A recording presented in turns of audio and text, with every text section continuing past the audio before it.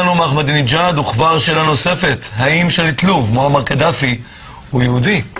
בוקר טוב לרחל סעדה וגיטה בוארון. בוקר טוב. קרובות משפחה של מועמר קדאפי, כך כמה זמן אתם יודעות שאתם קרובות משפחה? גיטה, כמה זמן את יודעת?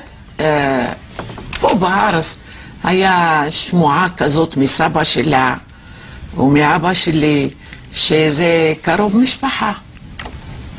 אמא שלו, אחות של סבתא שלי. ואיך הוא הגיע איך הוא הגיע לאן שהוא הגיע בעצם? איך הוא הגיע לאסלאם? זה מזל. הגיע להיות שליט והגיע להתקדם. אמא שלו התאסלמה? הסבתא. סבתא שלו התאסלמה? סבתא שלו הלכה עם שייח ערבי.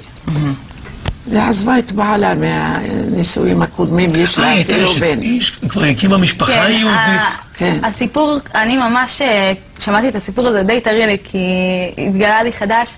בעיקרון, הסיפור היה שסבתא של קדאפי הייתה נשואה ליהודי. נולד לה אפילו בן יהודי, והיא ברחה כי הבעל התייחס אליה לא יפה, והיא ברחה עם שייח מוסלמי. וממנה נולדה סבתא של קדאפי. לכל הבעלים הלא טובים, תיזהרו, זה מה שקורה בסוף. בסוף יצא מכמה שליט לוב. אז בעיקרון היא נולדה לבת, ומהבת הזאת נולד מועמר קדאפי. כלומר, קדאפי הוא לא ממוצא יהודי, הוא יהודי. אמו יהודייה, הבת יהודייה. הוא יכול להשלים עניין אם צריך.